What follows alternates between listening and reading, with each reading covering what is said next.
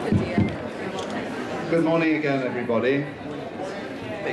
We'd like to get started because time is really very tight for what we're going to try and do. We should emphasize that what we're trying to do, this is something that which we have not rehearsed. That's in the nature of it. And therefore, almost anything might happen. But we hope that some of the things will happen that we hope will happen. Yes. Would you all stand up, please? And I want you to agree who you are going to work with. Work in twos. Okay? Decide who your partner is. Okay? Okay? Okay, here's what you do.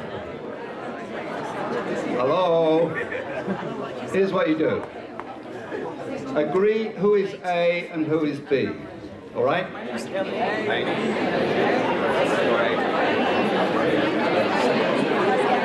All right, okay.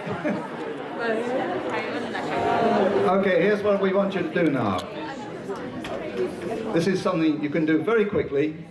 All the A's are going to say something to all the B's, something unusual. Anything unusual. I don't want you to say, good morning, how are you? No, no, not that, all right? Something unexpected. And then all the B's will have to respond in some way. Okay? All right? 1, 2, 3, go.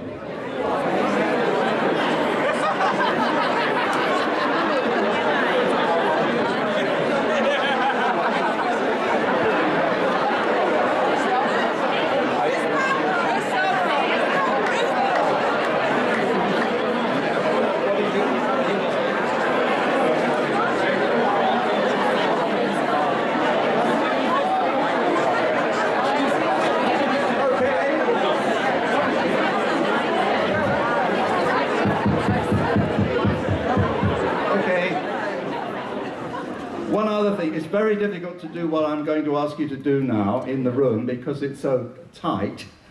And I also need both my hands, which is a little bit of a problem. Okay, that's right there. So what we want you to do is face the person that you've just been talking to, and we want you to do a little bit of hand mirror work. Do you understand what's meant? Okay, so you don't touch, and you don't agree who is the leader. Okay? And you just work it out, and then you move your hands around, okay?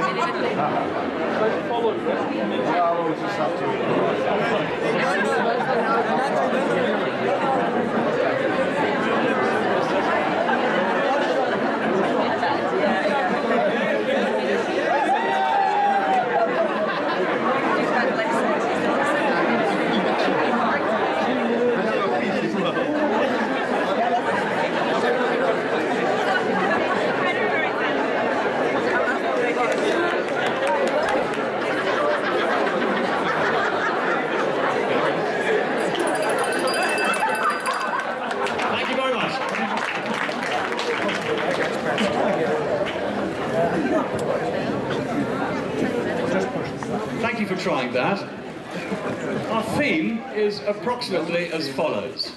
As teachers and in our training and preparation, we make plans and prepare for something expected, and yet most of what happens is unexpected.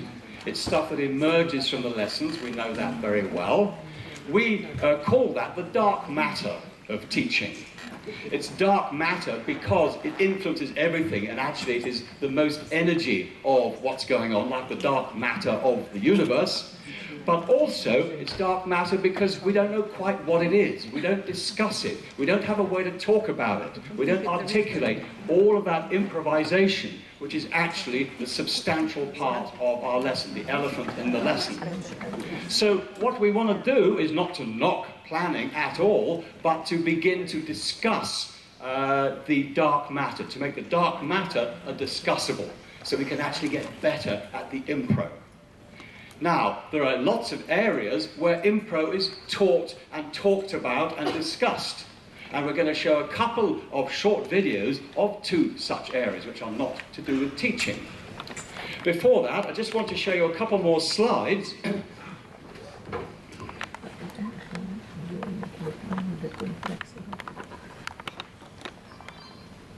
describing what we know very well happens during each or most of our lessons.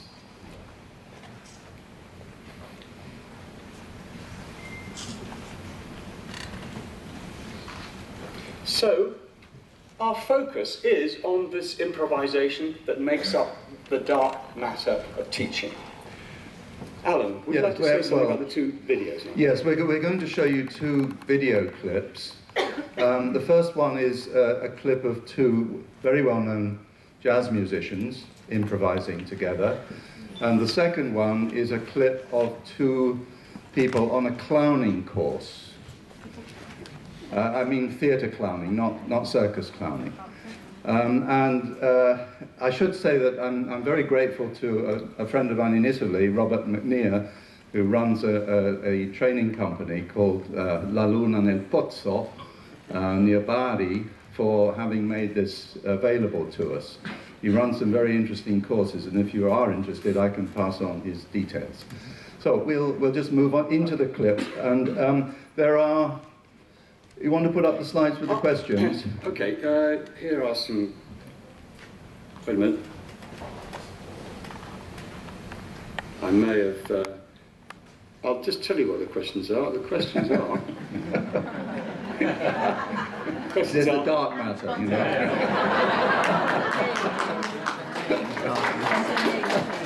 Questions are: what's going on in and between the people?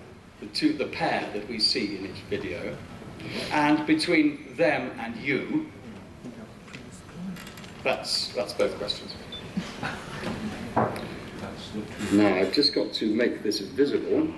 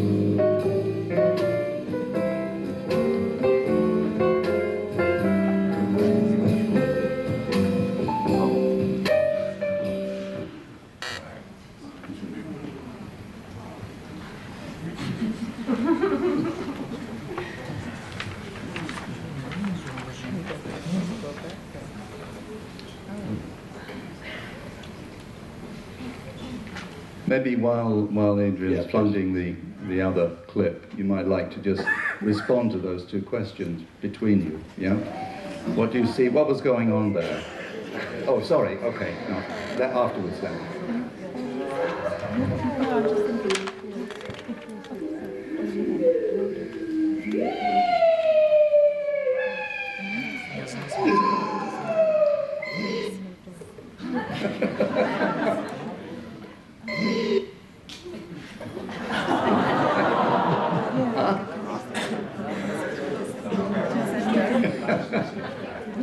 Expect the unexpected. Yes. Yeah.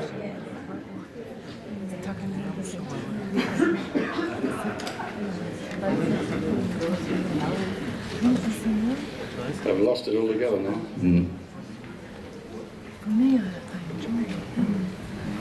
Can you get back to the talking thing? Yes, okay. All right, for a little while, could you please talk to each other about what you saw in the Count Basie, Oscar Peterson improvisation, the musical one? What was actually going on there? Just show. It was another one which was a performance. It was a blue thing.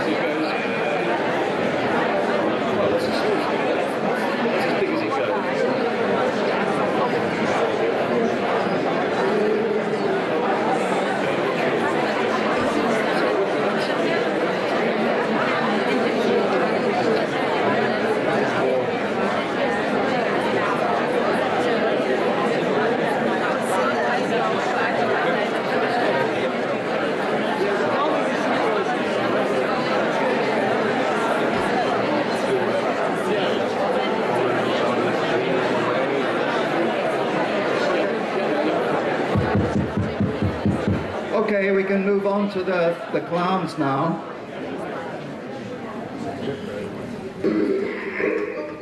These two people don't know what the other is going to do, and they don't know actually what they are doing. They are finding out.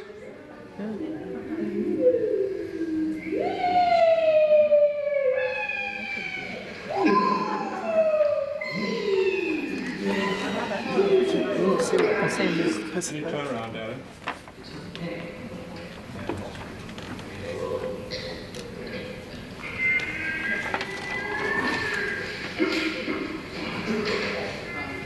Once upon a time, the world was very, very small.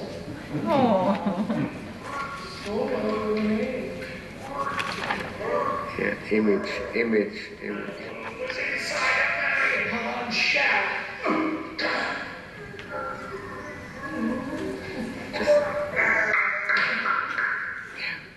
Just the action, no words.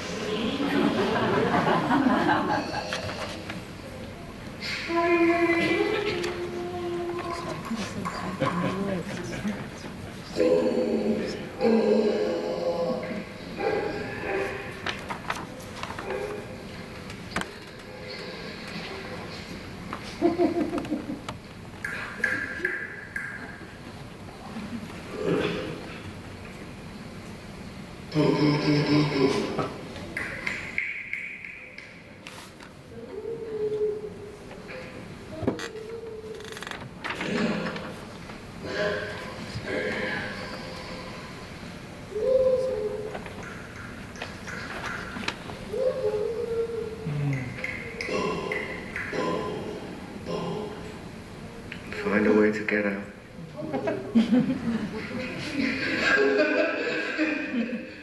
It's easier than you think. Yeah.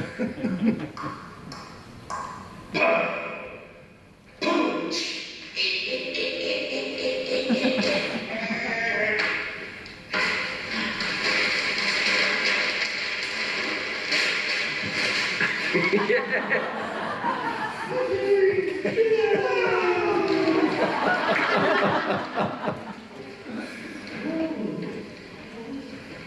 your way out.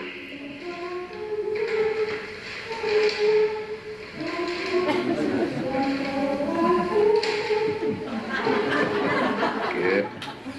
Okay, just take a couple of minutes to talk about that one. And in the same, what did you actually see happening? And how did they find their way to finding out who they were and where they were and what they were doing? Neither of them knew this in advance. They're told nothing. They're just together. They have to work something out.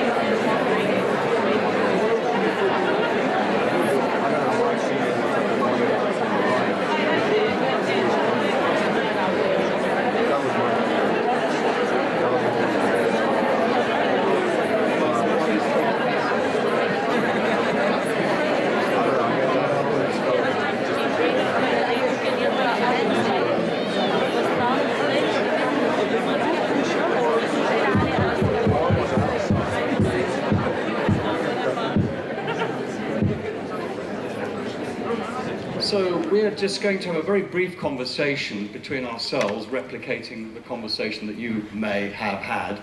And let me ask you, Alan, as the one who chose the clowning video, what you see going on and how that relates to our subject matter.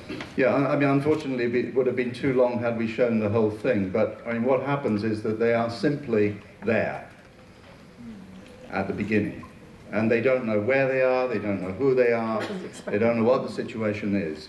And somehow, they got to improvise this between them.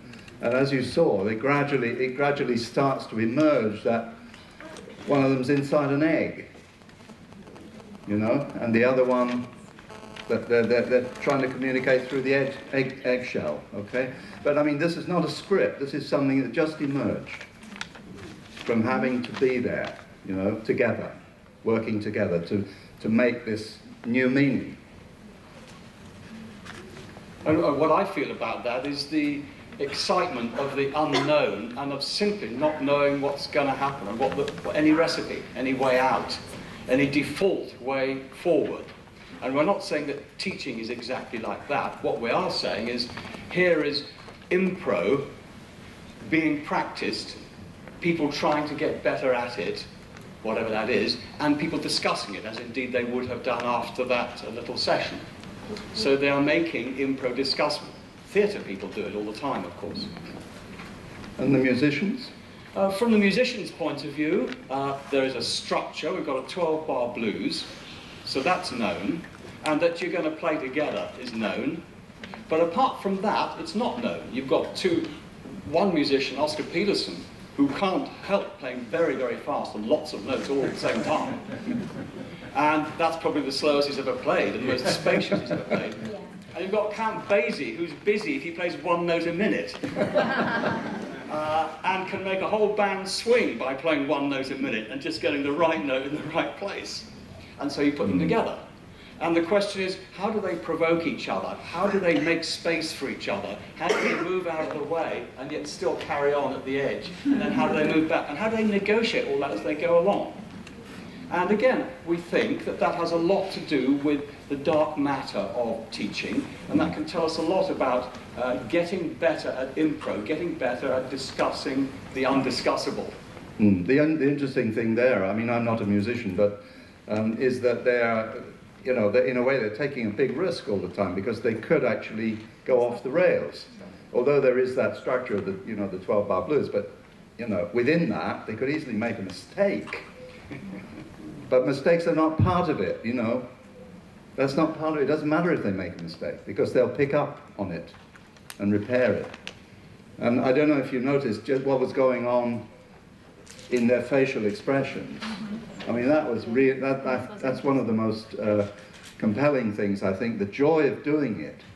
You know, the fun they're having, my goodness, yeah. So there is something, instead of risk and worry and fear, there could be this enormous joy at the unknown of what's about to happen. We all know that to some extent, but how could we permit ourselves to have more of that in the unknown settings of classes, which could trigger perhaps the same expectation in others? Maybe. Yeah. Okay. Spontaneity? I'll just show these little slides. Spontaneity. We have to stick to the script, you know. This is not a definition of spontaneity, just one or two thoughts that occurred to us.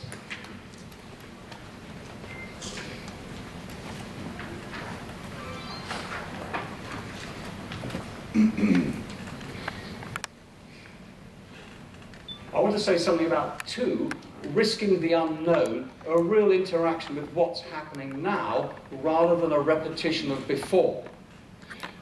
With the musicians, they could easily repeat phrases from before, as if they were hot licks imported from something that worked before. As teachers, we know very well doing what we did last time. But how could that be done with a newness that makes it not quite last time? A real freshness. In other words, number 3, an interplay with what's actually happening rather than interplay with what I hoped would happen, which was a past thinking. And this is the other point, and it picks up on Alan's point about the joy. That draws a different world into existence right now. The present moment isn't just something that happens to us, we co-author the present moment. Not all present moments, because an earthquake can happen, but 95% of present moments, we co-author them. We help bring them into existence. And that's, I think, where playfulness may come in, and the notion of this not being an effort, but being a flow. Yeah, well, I mean, when it's working, it's flowing, you know. Doesn't always work, of course. Oh, no, sorry, can you turn that off? Yeah. Okay. Okay, I'm going to tell you a story. This is a Sufi story. Do you know what Sufi is, everybody? Sufi is actually a sect of Islam, but it's a kind of, it's like the Zen of Islam, if I can put it like that. And one day there was a Sufi teacher, and he was rowing. He was a very experienced teacher, my goodness. He'd been to all the best Sufi schools and had all the best teachers, and he was rowing across the lake. And he heard in the distance a woman singing a mantra, and he listened for a bit, and then he realized she's actually not singing it quite right. And he thought, well, I suppose I'd better go and, you know, attend to this. So he rowed over to the island, and there was this young woman practicing singing of the religious text. And he pointed out to her very kindly, you know, actually, you haven't got it quite right. And she was really most grateful. And he spent about an hour or so with her. You know, he was thinking about all the teachers that he had had in the past, and, you know, how much he'd learned about how this should be done right. And he taught her for about an hour, and then he got back in his boat and he rowed away. And as he was rowing away, he heard her singing again. The same way. She started singing, and he realized that she was singing exactly the same way she had been before. She'd just gone back to singing the other way. And he thought, shall I go back and, you know, do this again? And he was thinking about whether to do this when he realized that her voice was getting louder and louder and louder. And he turned round and he saw her walking across the water towards him, saying, excuse me, do you think you could, you know, I know I'm not doing it right yet, but could you please, you know.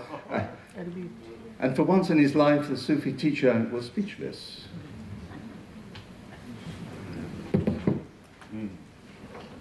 So maybe we can have a little question.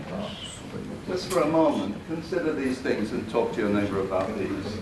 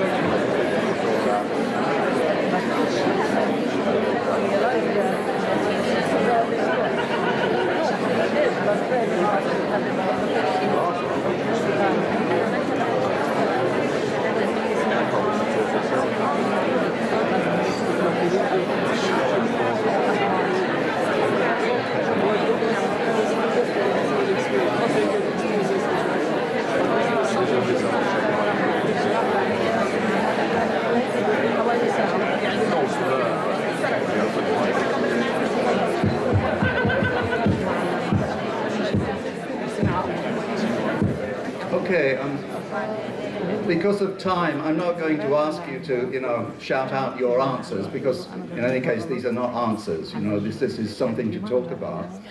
But it's an interesting story, I think, when you reflect on it, in terms of what it means to be a teacher and what it means to learn things. And I think the last one is particularly interesting. Who taught this woman to walk on the water? Yeah. Unteachable. Yeah. And maybe the Sufi teacher was not perhaps quite as expert as he thought. And very often we take that for granted in our own teaching, don't we? I mean, we're the ones who know. And I don't think that's always the case. Sometimes our students can teach us a lot, I think. Adrian. So in our aim to try to make spontaneity and improvisation more discussable, so we can at least think and talk and reflect about it, and maybe begin to take an interest in developing that dark side, the dark matter of our teaching. What are some simple things that one could do to progress that interest? Well, one thing is to take simple little heuristics, that is to say, simple practical tests, little pieces of experience to try out and see what happens. And here is an example. You may know of the trainer and writer John Fanslow, and he has a book called Breaking Rules. And one such activity can simply be breaking rules. And what does breaking rules mean? Well, what it means is this: reflect on your teaching and think, what are the rules that you follow, whether it's in preparing classes, conducting your classes, the way you plan your lessons, any aspect. What are rules that you follow? What are the things you nearly always do or nearly never do? Those are your rules. And then take one and break it. Do the opposite to see what happens. Don't take something rather difficult at the beginning, but take something doable within the size of you and your class. And it's a risk. And it'll break your pattern. So that's what he means about breaking rules. Try something different that goes against your grain and see what happens, because then suddenly you'll throw yourself out of the known into the darker matter. You'll have to improvise in some way. Yeah, I mean, what he's not saying is if you do something different, it will be better. Mm-hmm. What he's saying is if you don't do something different, you'll never know. Mm-hmm. You never find out. And I think, teaching, like many other professions, is one which encourages us to get into routines. Yeah. It's partly to save time, it's partly to save effort. But, one can get into such a set of routines that you are actually a prisoner of your routines. So all he's saying here, John Fanslow, is try something different. If You know, if you teach from the front of the class always, go and stand at the back. It may be a very small thing. If all your students always sit in the same place in the classroom, ask them to sit somewhere else. So they sit next to somebody different in each class. You know, it's a small thing, but it can make a very big difference. But you'll only find out if you try. It's true that we get into routines, at least partly for survival, but maybe in the end we get killed by this survival. And the survival overwhelms us in the end. And there gets to be no way out, no possibility for something unexpected, for something to grow bigger than expected. So, this is the question. How can we bring back freshness, joy and spontaneity into interactions which were there once upon a time when we were little babies, or when we enjoyed the company of other little babies, and which are, of course, there from time to time in our lives anyway. But how can we have that conversation in relation to teaching and in relation to our classes? So 2 questions arise from just breaking rules, which is one of many approaches to this. One, what could you do for the rest of the conference just to test out breaking rules? What are your conference rules? What are the things that you do and don't do when reading a program? What are the talks you do and don't go to? And how do you decide? What are your rules for deciding? What do you do when you get into a session? How do you decide where to sit and who to sit by? And what do you say or not say to them? And how do you take notes or not? So what are some of the differences that you could try as simply in response to your noticing your own rule? Would you like to say a bit more about that? No, why don't you put the slide on? Okay. There is a... I think there is a slide. Yeah, okay, so what you might do is this. You might think about that question that Adrian just asked, and maybe try breaking some of your own rules. Oops, what's happened there? Okay. Why has it come forward like that? Well, here's some... Oh, this is the other one, conference okay. itself. For example, don't take notes until it's over. Or focus on something different, like what's happening between presenter and participants, not only what's in your own head or heart. Go to a session that you wouldn't otherwise go to.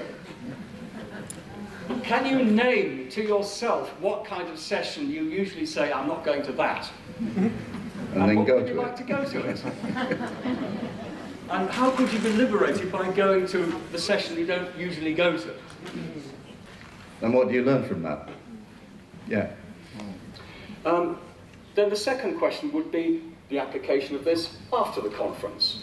For example, back in our schools. A rule is perhaps that I arrive before the students, but not very early. What would it be like if I was the first in the class? And then were able to greet as people arrived and create an atmosphere? What would it be like if I didn't spend the first minute unpacking my bags, but welcoming people? What would that be like? Those are 2 rules that I follow. And then, yeah, okay, let's move on to the... yes, These are possible things that you might like to try after the conference. I mean, these are just ideas. You could find others, I'm absolutely sure. But take a course book unit and give it a twist, some kind. Might be by reversing the order. Might be by leaving something out. Might be by expanding something. Might be by using a completely different text. If there's a text, there is usually a text in a course book unit. You know, thinking creatively about how you might change the way you teach a unit. For example, what are all the decisions that you take during a class, but not necessarily with awareness? You decide whether to correct a student. You decide how long to spend on the activity. You decide whether to do that activity. How many of those decisions could actually be handed over to the students? Would you like to do this one? We've got to leave something out. Shall we leave out this one or that one? Have we had enough of that exercise? Shall we move on to the next? If it's a rule that you do, try breaking it. Find the rule and see what happens the other side of it.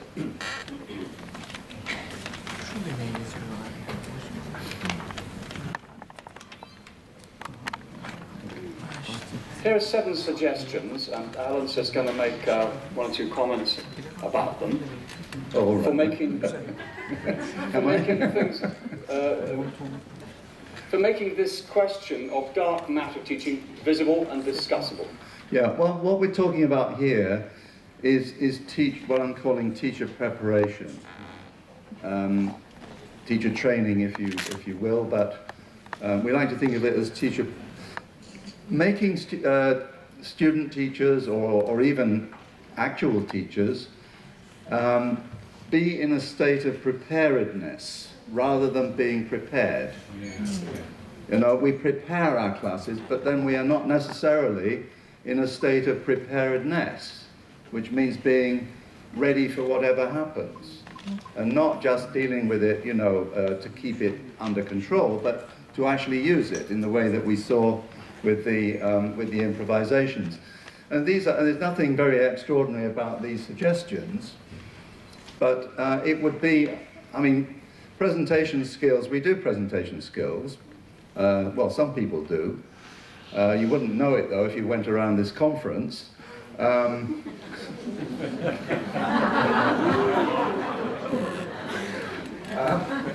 Theatre games, you know, this is, you know, the improvisation sort of games that we were showing earlier. Actually, clowning is an excellent preparation for teaching.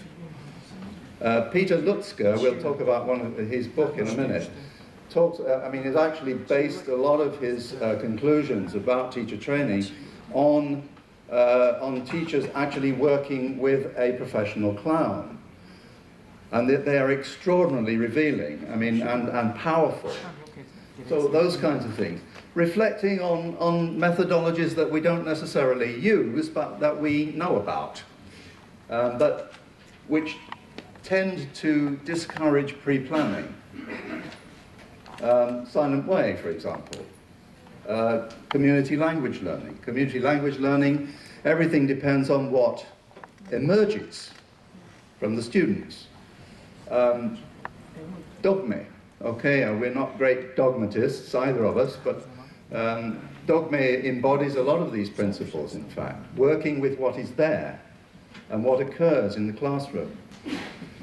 We already talked about number 4, trying to actually provoke unpredictability by doing the opposite, by using these heuristics. In fact, we were talking about this yesterday in the context of a possible book, that maybe one could do a book exclusively of the kinds of heuristics you might try. Heuristics are rules of thumb. If I do this, what? As opposed to the kind of, the more, what's it called? What's the opposite of a heuristic? Okay, I'm thinking. No, it's all right, doesn't matter. But a plan whereby if you do A, then B results, and then B, C results, C, E results. You know, it's a kind of logical sequence of things. Rather than doing that, finding out what will happen if you do something different. Including, this is important, I think, including in when we talk to our trainee students, trainee teachers, sorry, after their classes, to talk about this element. You know, not just an algorithm. Thank you. He's a very wise guy. No, I knew that he would come up with the word. Yeah. I mean, after the class, what do you talk about? Or you didn't stick to your lesson plan, or you did this, or you didn't do that right. But what about talking about some of these things instead? What about the atmosphere in the class? What about the way that you respond? You know, there was this moment in the class. How did you respond to that? Could you have responded in another way? You know, those kind of things. So really learning to teach, this is Adrian's quote, I think, is an act of inquiry rather than in the hope of being right all the time. It's by being prepared to take a chance. And inevitably this means spending a bit less time trying to control people and trying to connect them both with each other and with what they're doing.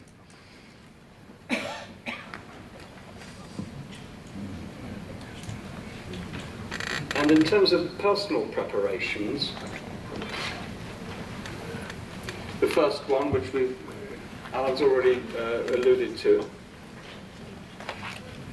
The second, work with what's happening rather than what you wish was happening. Imagine those two jazz musicians saying, no, I wish you hadn't played that, because then I could play this. Or the clown saying, no, you can't do that bit, because I want to respond like this.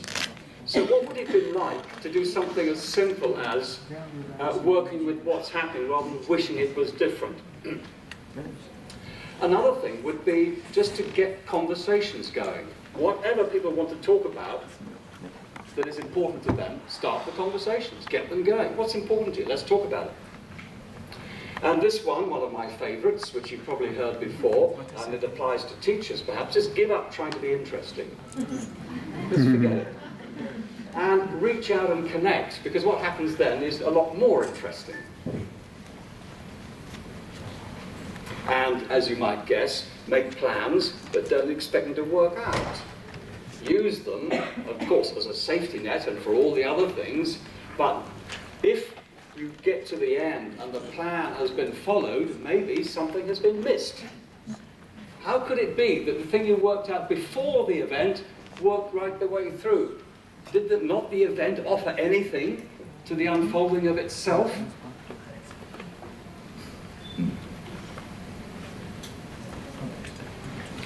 Two more. Perhaps allow more intuition. Follow hunches. Be vulnerable. Tricky one, of course, and many of us feel already vulnerable enough. Risk fear, leave gaps, be messy. Welcome spontaneity, welcome the unexpected. And finally, see your class and the school as an adventure park.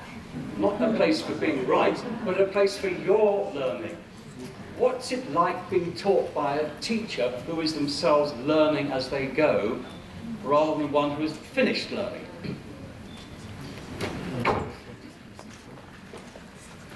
Do you want to say? Well, yes, I mean, there are a lot of books on this list, but it could have been a great deal longer, obviously. And, I mean, it goes on to another slide, doesn't it, after this, too? I mean, these are some of the books. I do recommend Christine Kaznev's book, by the way. It's called Respite for Teachers. And she has some very sensible things to say about control. You know, the way that we are controlled and the way that teachers are supposed to control learning. Peter Lutzker's book, The Art of Foreign Language Teaching, I do recommend. The first half of it is all about clowning. Yeah, and it's really, and the well, the literature review part, if you like. He reviews the educational literature in a very interesting and revealing way. Stephen Nachmanovich's book, Free Play, I also thoroughly recommend. It's very readable and an excellent introduction to the whole area of improvisation, both in music, art, writing, and he doesn't actually mention teaching, I don't think. But Chaz's book, Being Creative, I recommend. Patsy Rodenberg, who was the voice coach for the Royal Shakespeare Company, has written several books on voice, also wrote this book more recently on presence, being there, you know. And dear old Scott and Luke, there we are, Teaching Unplugged, if you don't know it already. And the article that we wrote very, very recently, Adrian and myself, Expect the Unexpected, which is in, what's it called? English Teaching Professional. Yeah. And that's another follow-up. To which there's a follow-up in the current ETP. So if you go on the ETP stand, you'll see that. And a number of other interesting articles relating to impro and not quite knowing what's going to happen. And making use of not quite knowing what's going to happen. Making that a fuel to drive a lesson rather than something to be controlled and bounded in some way. So there are alternative ways of dealing with the unexpected. Yeah. Shall I wrap up? There's been already one conference on spontaneity in English language teaching. We expect that this might be an area that could open up. because it is a large area of each of our classes, the dark matter of teaching. And that's why we asked you for your addresses if you wished to provide them. I don't know where those pieces of paper have got to. There were 4 of them, so could we collect those? And then we'll try to collate, and if further things happen, we'll try to let you know. Yeah, thank you so much. Oh, thank you very much. Okay. Any more? Any more of these? Her? Did you say her? We're in Liverpool after all. So we'd like to say thank you very much for coming along. And please go and break some rules.